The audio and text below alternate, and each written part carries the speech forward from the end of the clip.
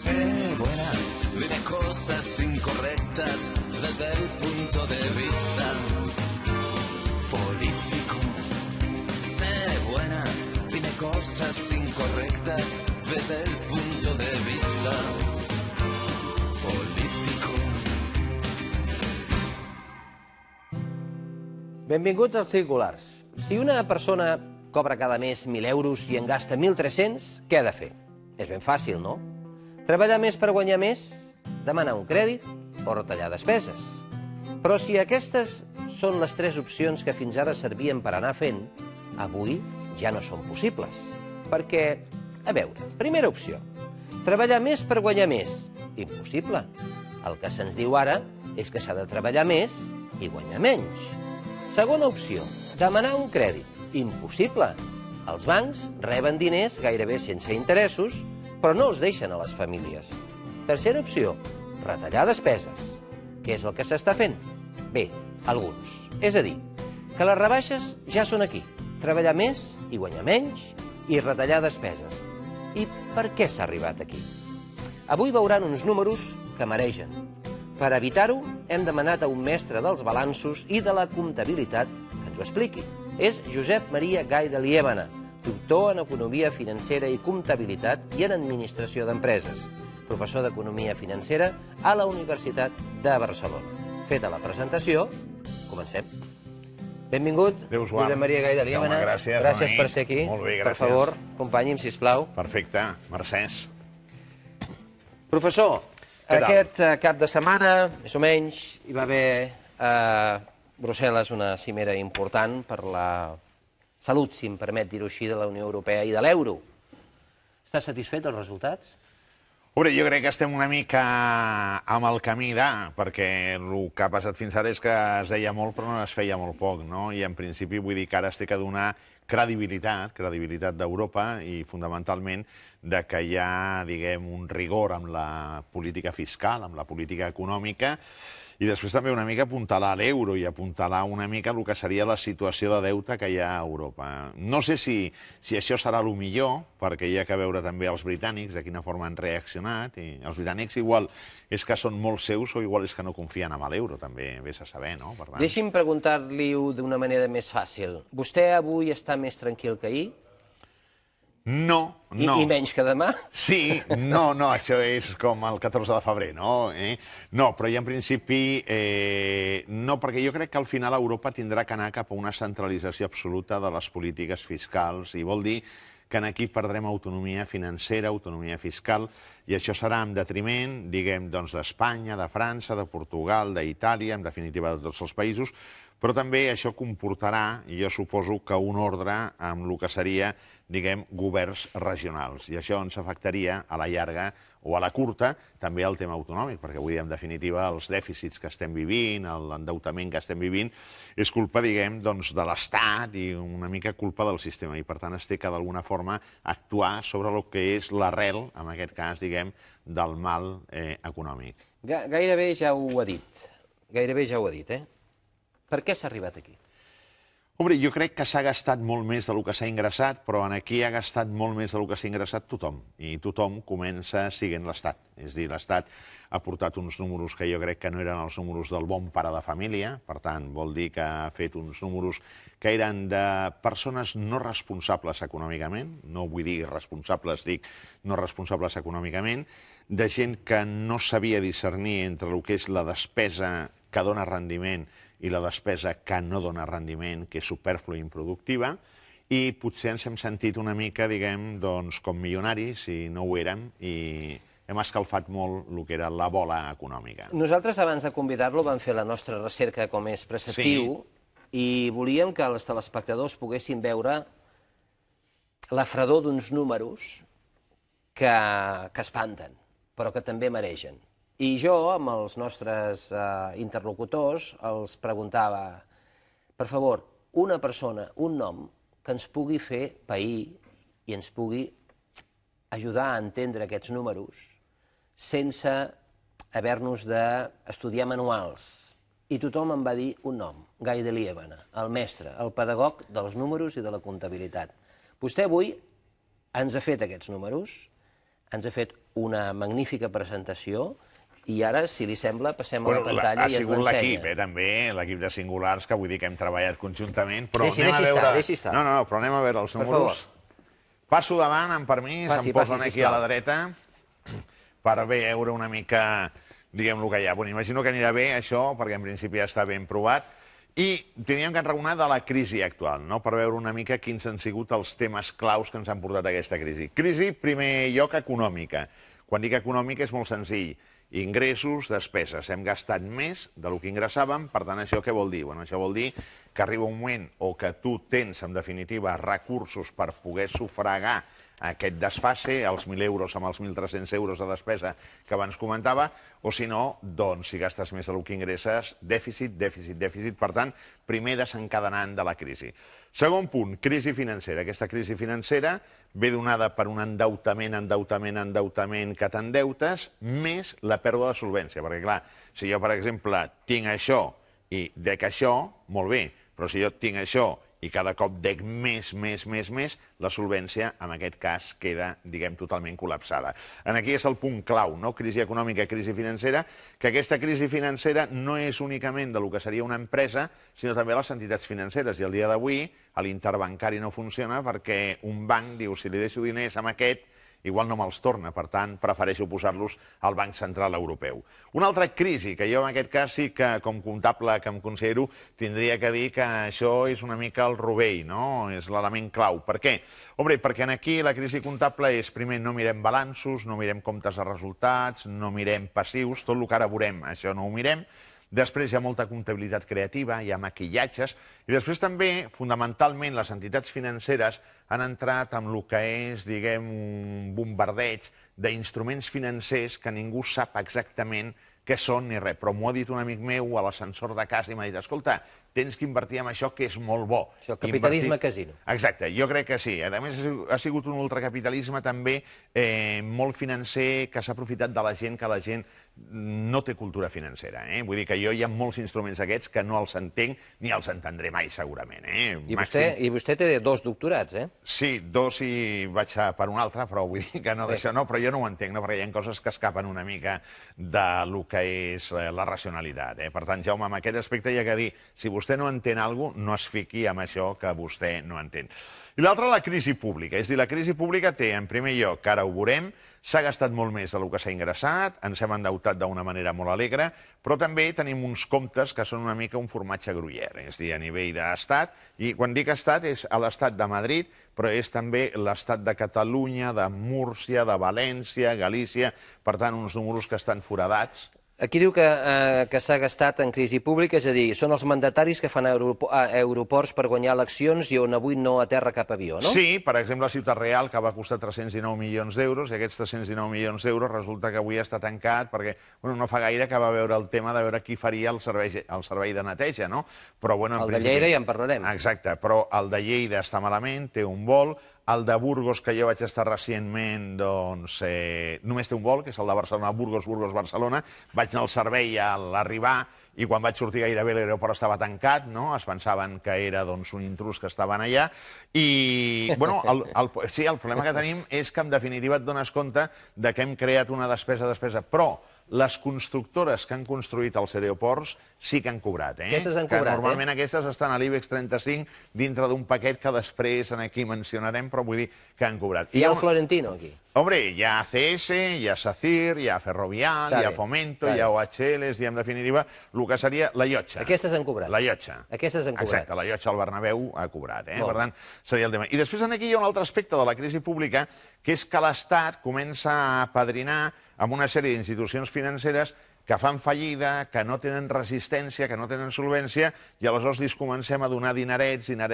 Per tant, jo penso que amb això, Jaume, estaria el que són els 4 perfils... Crisi econòmica, crisi financera, crisi comptable, crisi pública. Exacte, poden haver més crisi, Pot haver la crisi futbolística, però bueno, amb aquesta no entrarem ara, vull dir, aquesta seria, diguem, la primera cara. Com està la nostra economia? El PIB, que és el Producte Interior Brut, jo el definiria d'una manera molt senzilla, que és algo així com la facturació que fa un país. És la producció de béns i serveis, el que seria els preus de mercat, i aquí tenim, jo crec, que la lectura del que seria l'evolució de l'economia espanyola.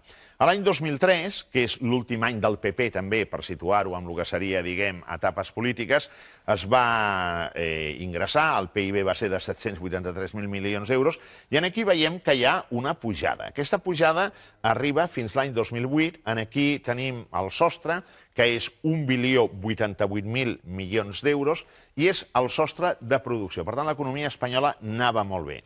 Quina lectura cal fer fins aquí? Hi ha que fer una lectura que és la de que segurament hi havia consum, tot molt bé, estupendo, el PIB té un gran component de consum, que hi havia inversió, efectivament, també hi havia inversió perquè també hi havia finançament, que hi havia exportació, hi havia importació, molt bé, estupendo, que hi havia despesa pública, fantàstic, molt bé, però aquí segurament hi havia un petit detall, que és que estàvem concentrant el nostre creixement econòmic amb el sector immobiliari. Aleshores, tot era construcció, tot era immobiliari. Aquí és quan Zapatero diu que vencerem els alemanys. Aquí, el mes de setembre del 2008, diu que l'economia espanyola és a Champions i després diu que el sistema financer espanyol és el més sòlid del món. Això està a televisió, s'ha vist, i a més que avançarem amb els italians i amb els francesos amb renda per càpita també, que al Berlusconi no li va agradar, i amb el Nicolas Sarkozy tampoc. Bé, i a partir d'aquí és el moment que esclata, diguem, la bombolla. I aquesta bombolla resulta que esclata però va atacant a tothom. I què passa amb el PIB? Que el PIB baixa d'1.088.000 milions a 1.053.000 milions, a 1.062.000 milions, que ara es farà una revisió i que serà a la baixa, perquè amb dades macroeconòmiques sempre anem enredarits, i ara estem al primer semestre amb 542.000 euros. Què passa? Que la nostra economia no creix. I per què no creix? Doncs segurament perquè creixi tenim que vendre alguna cosa, no tenim aquest quelcom per vendre, i algú té que comprar, i segurament aquí, si no hi ha creixement econòmic, la gent no compra, i fora, a Europa, tampoc compren. Per tant, aquí una situació de com està ara el deute. És a dir, ara hi ha que pensar que hi haurà que liquidar deute. Bueno, les famílies deuen 902.000 milions d'euros, això és el 2010, tancament. Això, quan diem famílies... Vostè, jo, els senyors que estan aquí, el senyor Pep, el senyor Toni, la Susana, tots, o sigui, el que devem, 902.000 milions d'euros. Per què? Després ho veurem. Ens hem endeutat, la casa, el piset, el cotxe... Han sigut anys frapants per endeutar-se. Per tant, aquí hi ha que veure l'evolució que s'ha anat produint. Societats no financeres, empreses, per entendre'ns, 1.476.000 milions d'euros. Per tant, 1,5 bilions d'euros. D'aquí, d'aquesta xifra, hi ha 29 empreses de l'IBEX 35, és a dir, les 35 menys les 6 financeres, des de Bengoa fins Telefònica, passant per ACS, SACIR, Repsol, que deuen 639.000 milions d'euros. Per tant, vol dir que el gruix d'aquest deute està concentrat en aquestes empreses. I després arribem a les administracions públiques, que seria tot. És a dir, tot és Estat, comunitats autònomes, corporacions locals i la seguretat social. Ens anem situant, Jaume? Ho dic a efectes... Sí, no, jo intentava sumar. Bueno, està sumat aquí, posarem aquesta... 3 bilions, 85.000. Això en milions de pessetes no ho diem, perquè si no ens perdrem i passarem el rest del programa fent números. 3 bilions. Una xifra que realment... Seran 400 realment... bilions de pessetes. Sí. 400 bilions de pessetes. 500. 500 bilions de pessetes.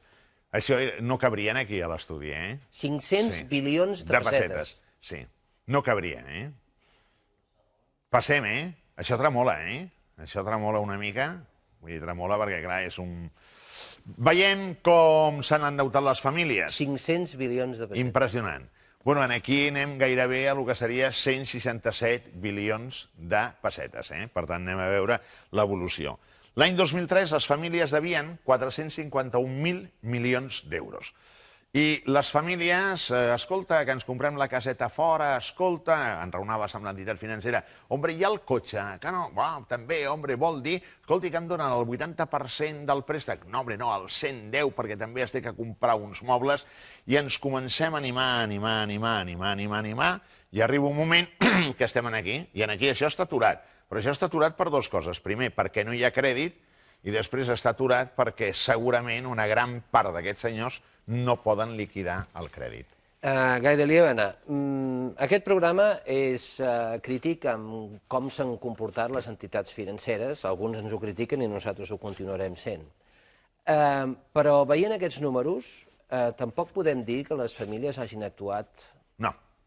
de forma Les famílies, responsable, no? sí, han actuat, jo crec que amb molta alegria, amb molta disbauxa, però era el comportament que veiem, perquè aquí sempre passa allò que si tu, per exemple, l'home és molt gregari, per tant, si tu no fas el que fan els altres, ets un bitxo raro. Per exemple, pensem en un nen que no tingui PlayStation. Un nen que no tingui PlayStation és el nen que no té PlayStation. Aleshores, aquí vol dir, home, tu no t'has comprat una casa fora, no t'has canviat el cotxe, i aleshores aquí tots actuàvem pensant que sempre tot seria igual. I al final resulta que les coses canvien. Bueno, aquí també les empreses s'han endeutat, perquè les empreses deien, escolta, anem a fer una ampliació, escolta, anem a invertir. I aquí hi havia un deute de 706.000 milions d'euros a l'any 2003 i aquest deute ha anat pujant, i el dia d'avui és 1,5 bilió. Per tant, 1,476.000 milions d'euros. Què vol dir? Que aquí també estem amb el que seria un sostre d'endeutament tremendo, del qual hi ha 29 empreses de l'IBEX 35 que deuen 639.000 milions d'euros. Però és que tenen més deute, si no me'n recordo malament, que el millor dels anys de la bombolla immobiliària. Sí. Del PIB. Sí, estem d'acord. Tenen més deute que el que eren aquells anys 2003, 2004, estem d'acord. Sí.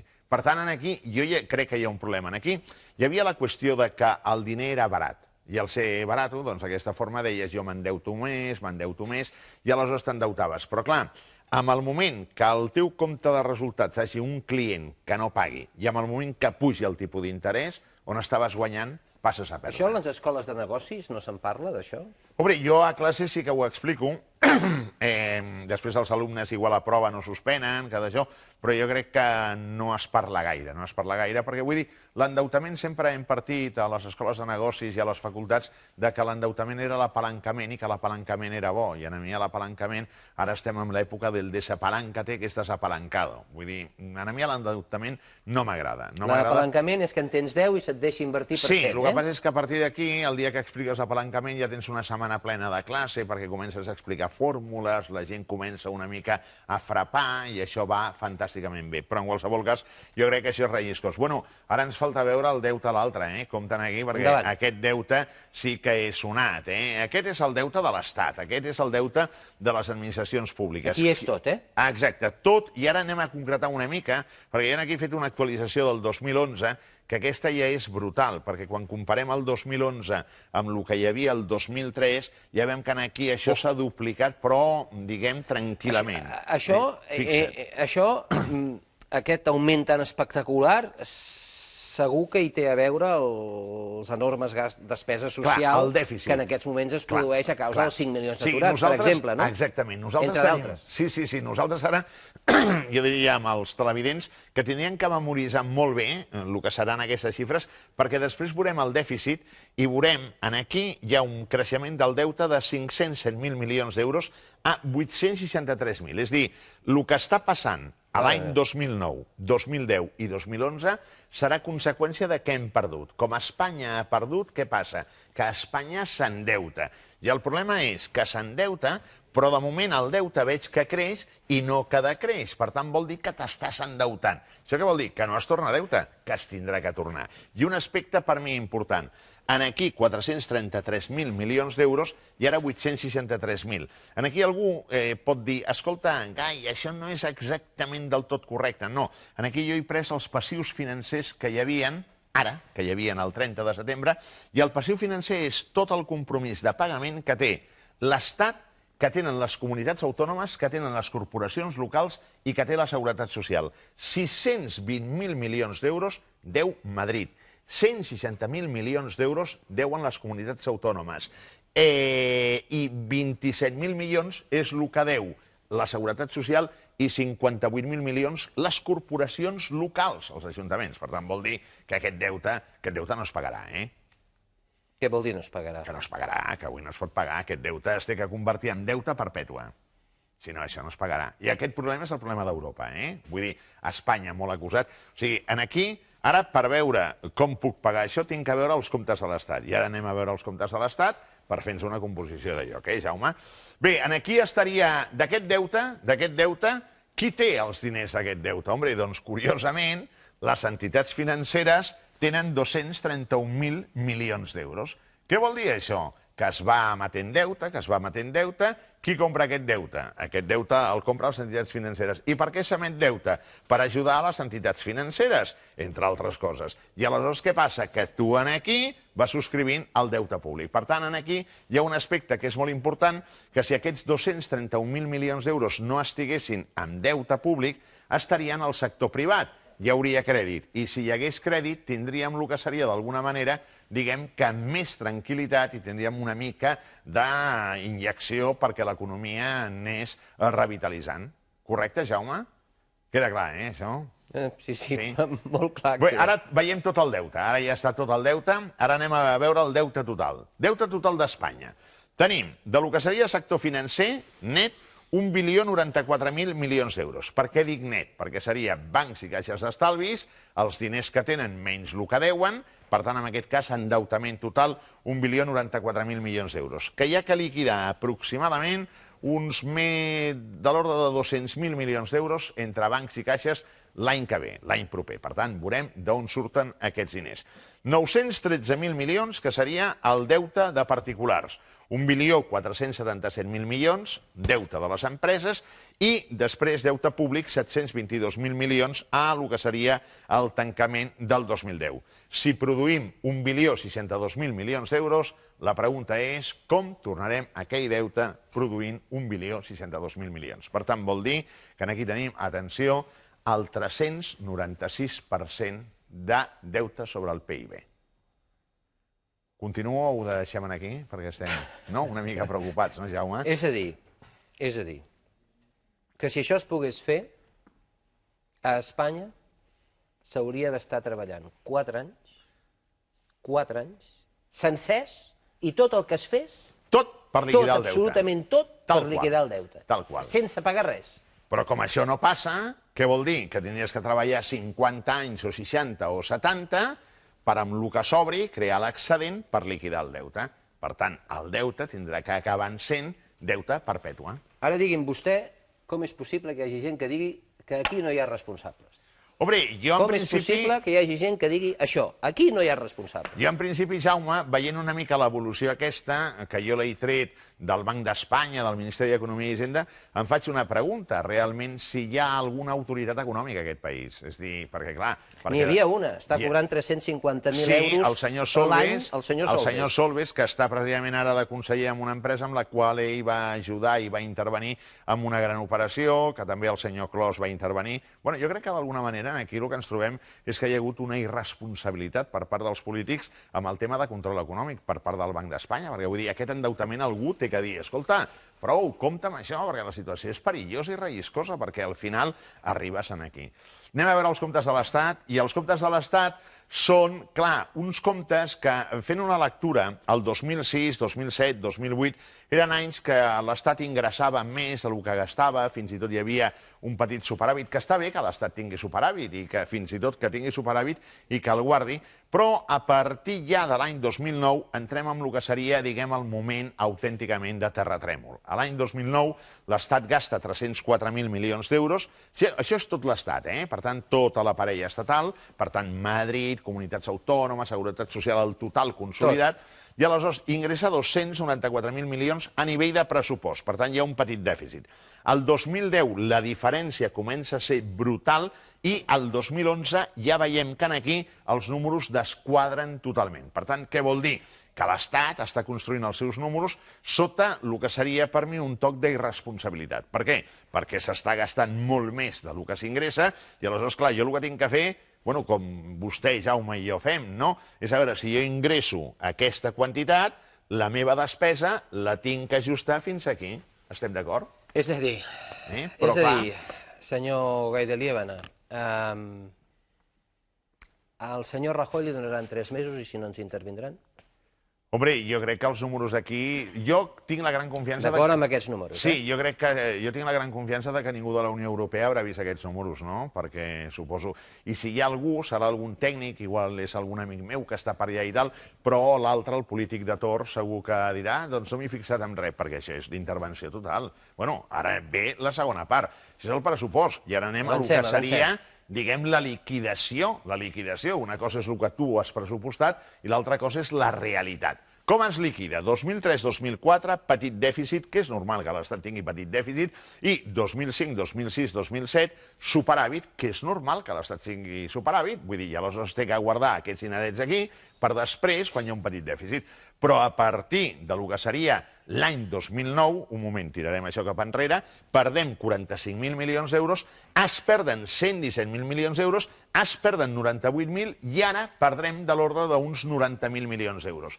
I ara és quan jo dic, ens en recordem d'aquell quadre que hi havia a l'increment de la deuta que passava de 500.000 milions a 863. Clar, sumo dèficit, sumo dèficit, sumo dèficit, sumo dèficit que porto aquest any i, en definitiva, vol dir que tota la pèrdua s'està, en definitiva, financiant amb deute. Per tant, aquesta seria la qüestió. Hi ha l'altra cosa, el tema dels impostos, no? Aquí que una mica per discutir les polítiques que es duen a terme. Aquí fins l'any 2008 anava creixent la recaptació, impostos indirectes i impostos directes i cotitzacions socials. L'any 2009 què passa? L'any 2009 és un any que comença a veure ja la contracció econòmica, més recaptació amb impostos indirectes, menys recaptació amb impostos directes, i aquí hi ha una qüestió que és clara, que diuen no, la pujada d'impostos sempre va molt bé. Doncs miri, la pujada d'impostos es produeix a l'any 2010, que l'IVA passa del 16% al 18%. Què passa amb l'IVA? De 50.000 milions d'euros a 40.000 milions d'euros. Hi ha també aquí impostos indirectes, però hi ha una retallada de recaptació tremenda. I aquí què es fa? No, escolta, augmentarem el tipus de l'IRPF. Estupendo, molt bé. I què passa amb el tipus de l'IRPF? Que un senyor tenia que tributar en tipus marginal del 40%, ara el 49%. Doncs ja estem veient el que està passant. Per què? Cada cop treballa menys gent i el senyor que té que pagar el 49%, el que farà serà dir, escolti, i a mi no em sortiria més a compte anar a tributar en un paradís fiscal, i fa el muntatge corresponent. Per tant, aquí hi ha un aspecte que es té que pensar, que és que per augmentar els ingressos tributaris cal baixar les cotitzacions, en aquest cas socials. Hi hauria més gent treballant si es pagués menys seguretat social, és la més cara del món, l'espanyola, i si es paguessin impostos més baixos, hi hauria més gent que estaria contenta de treballar. M'explico, Jaume, amb el sentit aquest? S'explica. Bueno, i ara ve una mica el tema de la nacionalització de la banca, no? La nacionalització de la banca seria ajudes del FROB, capital addicional que s'ha posat, i a més els avals que aquí Papà Estat va garantint, mitjançant Papà Estat, Banc d'Espanya... És a dir, nosaltres. Nosaltres, clar, perquè aquests diners surten, perquè aquí si comencem a sumar el que s'ha posat a Bànquia, que Bànquia és Bànquia, És llotja. Caja Madrid... És llotja Bernabéu. Exacte, llotja del Bernabéu, que estaven tots l'altre dia. Va ser que ja el seu nom ho diu tot. Va ser ja, quan una entitat financera es diu Base, Catalunya Caixa. Una altra. Nova Caixa Galícia. Banca Cívica, tu vas pel carrer, no? A Burgos vaig estar, veus per allà, Banca Cívica, ja et dona una imatge, Mare Nostrum, ja, mare de Déu, això, Caja España Duero, BBK, UNIM, que és les comarques catalanes que d'alguna manera estan, i la CAM, que no en raonem de la CAM. Si ara sumem tot això, més el de la CAM que es posarà per aquí, més el que hi ha, són 105.000 milions d'euros que surten, Jaume, de les nostres butxaques, en definitiva, dels impostos. Van cobrant plusos, Sí, aquí a Bànquia 4 milions d'euros el dia que va tocar la campana, a Base també, Nova Caixa Galícia, sí, tots, Caixa Catalunya també, vull dir que molt bé tot això. És a dir, es va arruïnant l'entitat i hi ha uns senyors que surten, doncs, bueno, forrats, Avancem. Bé, aquest seria, no?, més tota la quantitat que hi ha que afegir, que està per aquí sota. Bueno, aquí és un balanç que, des del punt de vista de l'ortodòxia, a mi algú em dirà, escolta, tu aquí ets un terrorista, però bueno, teníem que fer un balanç que s'entengués. És el balanç que a 31 de desembre presentava la totalitat de caixes d'estalvis d'Espanya. I aleshores aquest balanç és, per mi, molt significatiu. Aquí hi ha tots els més actius, és a dir, actius fixes, edificis, inversions financeres, i aquí hi ha 870.000 milions d'euros que són els actius de crèdit a la clientela. Per tant, aquest és l'element clau. Normalment la caixa d'estalvis té que funcionar, que té el dipòsit d'un senyor que nosaltres posem i aquests diners els deixa. Per tant, els dipòsits d'aquests senyors, Jaume Barberà, Josep Maria Gai, qui sigui, són 590.000 milions d'euros. Per tant, aquests 500, trauré el got que no es caigui, que avui és dimarts i 13, 590.000 milions d'euros posats aquí seria el crèdit que hi ha. Però les caixes entren en una etapa d'expansió, de creixement. Escolta, que aquí, vinga, no hi ha fronteres, anem cap allà. Hi havia caixes d'estalvis que tenien oficina a Miami. A Miami. A la Camp? La Camp tenia, i la Bankia també van comprar un edifici allà. A Miami? Sí, a Miami. Miami, on estava el Julio Iglesias, allà. Vull dir, per l'oficina de prop del Julio, no? Bueno, i aleshores què passa? Que, clar, aquí, amb 590.000 milions d'euros, no arribem a lo que seria donar aquest crèdit. Què tenim que fer? Anem als mercats majoristes, i es va als mercats majoristes i es demanen diners, 273.000, 129.000. Això és el que es té que tornar a menys d'un any, això a més d'un any. Això són les caixes d'estalvis, això és 31 de desembre del 2010. Això és el que tenien que pagar aquest any, que ja veurem, perquè evidentment ja hem vist el panorama quin és, i això és el que es té que pagar amb els propers 3 anys. Molt bé. Ara ve una qüestió. Què passa? Que tu has deixat aquest crèdit, 870.000 milions d'euros, i aquí hem generat també una subprime. Una subprime, el senyor que no pot pagar, el senyor que hi ha de la casa, l'endeutament. Què passa? Que aquests 870.000 milions d'euros hi ha una part que està en dubte, per tant, vol dir que posa en dubte aquests 590.000 milions, però fonamentalment el tornar aquests diners als mercats majoristes. Otro sí, que és en castellà, no? Però l'otro sí, per aquí. I hi ha fondos propis per 47.000 milions d'euros, el 4,5%. Si aquí jo tinc m'atrabanco amb algun crèdit, què passa? Que aquí 47.000 milions que no em paguin, que és probable un 5%, significaria... Em quedo sense capital propi. Sense res. Només 47.000 milions de capital propi. Tret del Banc d'Espanya. Han fet tot això? Tot això. Miracles. Sí, miracles. És el miracle, veia aquell de la multiplicació de los panes i de los peces a la muntanya, i aquí hi ha el miracle de les caixes d'estalvis. Al final només queden que dos, de caixes d'estalvis, Ontinyent i Pollença, que són les caixes de refiar. Ens reunem d'un banc dolent. Ara anem a agafar tots aquests actius dolents que hi ha a les caixes, que tornaria un moment aquí, que són aquests els 870.000, més la banca també el que tingui, i anem a posar tots aquests ben embolicats en un banc dolent. El banc dolent, clar, què passa? Primer, hi ha que agafar i dir, escolti, dongui'm això, hi ha que donar-los diners. El banc dolent, qui el financiarà? Els comptes públics. Els comptes públics d'on surten? Dels diners que paguem nosaltres. Per tant, vol dir que aquesta broma costaria 74.000 milions d'euros per tenir tots els actius tòxics, els pisos que no es venen, aquell local. I, a més, hi hauria que també injectar 30.000 milions d'euros, no ho dic jo, és l'estimació. A veure, senyor Gaidelievana, per què els ciutadans hem de finançar la porqueria d'uns gestors incompetents que ens han portat fins aquí? Jo em pregunto com a ciutadà, per què el poble ha de finançar la porqueria? Per què s'ha de quedar la porqueria? Perquè els polítics ho volen i perquè els polítics normalment amb aquests senyors són amics i fins i tot... Però no, això del Banc Dolent és el Banc Popular que diu. Clar, sí. Els altres, fins avui, que jo sàpiga, no hi estan. No, el Partit Popular ara en aquests moments també està dient que no, No, fins i tot a mi em consta que el Cristóbal Montoro ha dit que això del Banc Dolent que no li acaba de convèncer, que hi ha que buscar un híbrid, perquè clar, d'alguna manera, escolti, a veure, si vostè té un problema, doncs anem a arreglar aquest problema. El que passa és que el Banc Dolent ha sigut una molt bona solució a Irlanda, i a Irlanda li s'ha anat molt bé, però jo crec que l'economia irlandesa tenia segurament una altra... no tenia una estructura d'estat tan pesada. Però la responsabilitat moral on és? Oh, clar, la responsabilitat moral. Els senyors que han arruïnat amb una empresa, amb una entitat.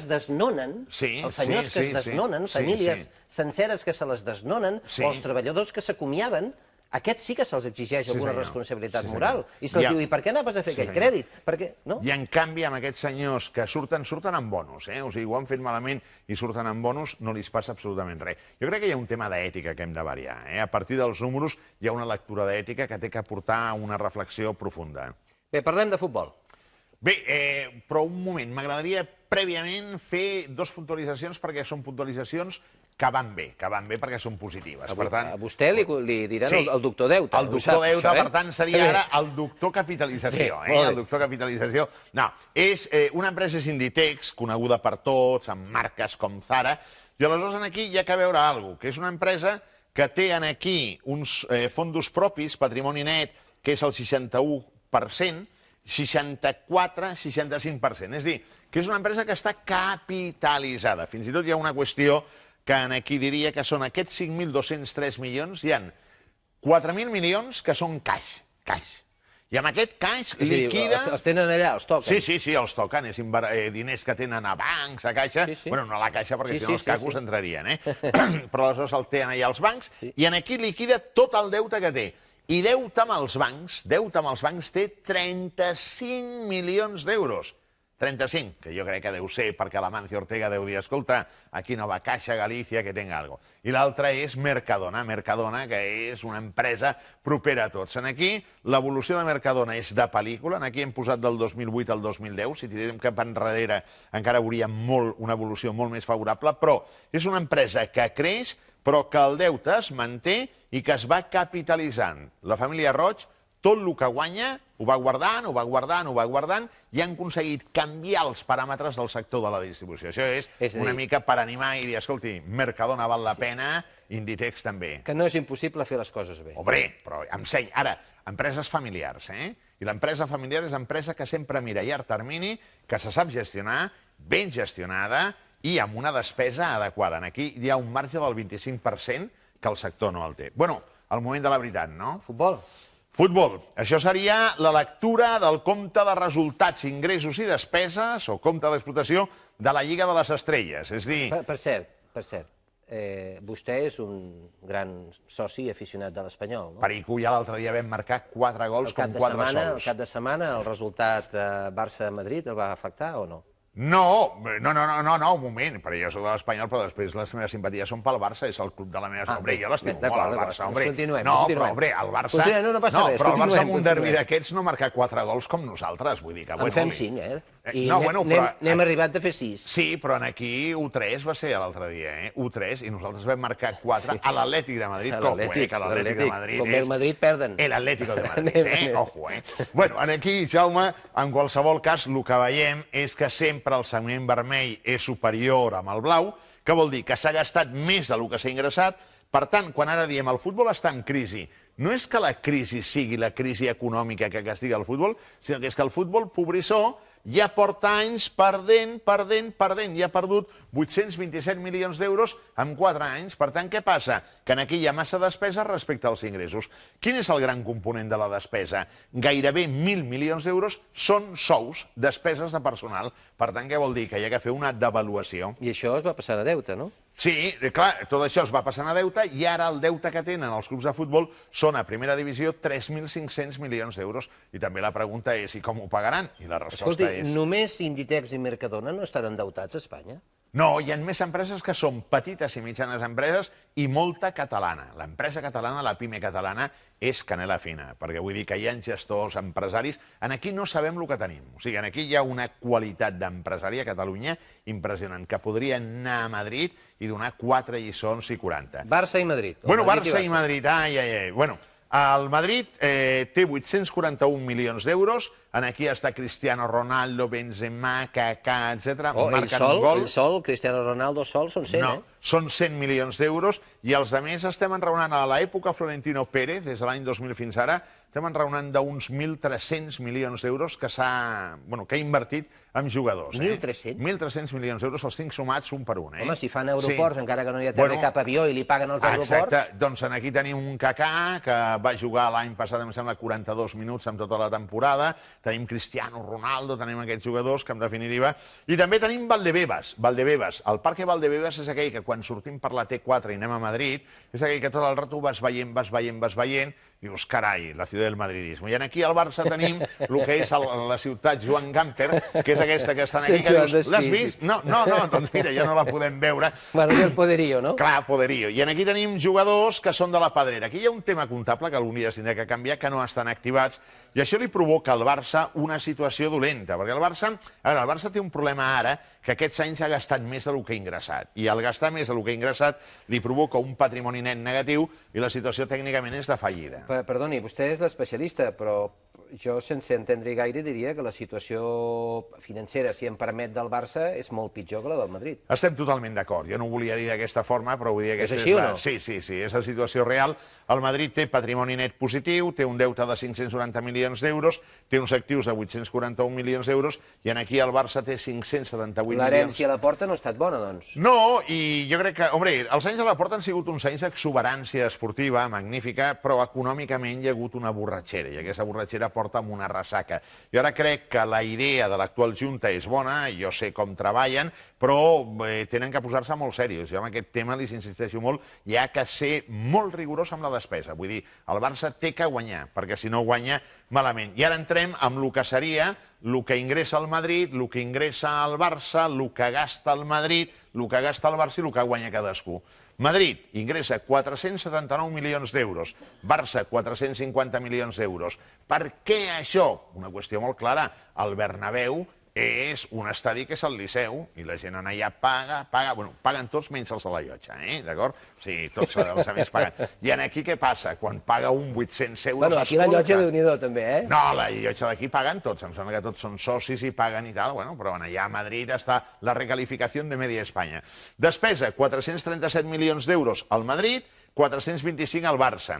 I què passa? Que, home, jo crec que el Barça aquí té massa despesa, i aquesta massa despesa la tindria que retallar. I el resultat d'explotació, millor el Madrid que el Barça, i després els extraordinaris, que no estan aquí, el Madrid suma, i el Barça té un problema, que aquí com s'han fet fitxatges que han sigut de grans jugadors, però que han sigut uns petardos, què vol dir? Que ha rebentat els comptes del Barça. Per què? Ibrahimovic, Zigrinski, Cáceres i companyia, i aleshores hi ha hagut una pèrdua. No es pot fitxar mai a preus que siguin celestials. I aleshores aquí jo diria que amb tot el carinyo al Pep Guardiola i al Tito Vilanova, home, un ratet de números i d'entendre això aniria bé, sobretot per veure que faig una gran inversió però que té que donar rendiment, si no, malament. I el Barça té que guanyar per ser fort. Bueno, de l'Espanyol enraonarem o ja no dona temps? Doncs... No, és que hi he vingut per parlar de l'Espanyol, Jaume, no donarà temps, ara. Sempre ens passa igual. Hem de posar... Sempre ens passa igual. És un mestre. Josep Maria Gai, de veritat ha estat un plaer tenir-lo al programa Singulars. Crec que qualsevol telespectador agrairà la manera com vostè ha explicat uns números i uns comptes difícils, i espero de veritat que al curt termini tinguem uns números diferents i que vostè també els pugui explicar, però amb molta més, diguem-ne, optimisme i esperança. Sí, home, entendresa. D'acord? Jaume, molt bé. Gràcies a tot cor, gràcies, encantat de la vida, gràcies. Hem de posar el punt final. Gràcies per la seva atenció. Sàpiguen que poden dir-hi la seva en el blog del programa, que el troben a tv3.cat/singulars. Gràcies.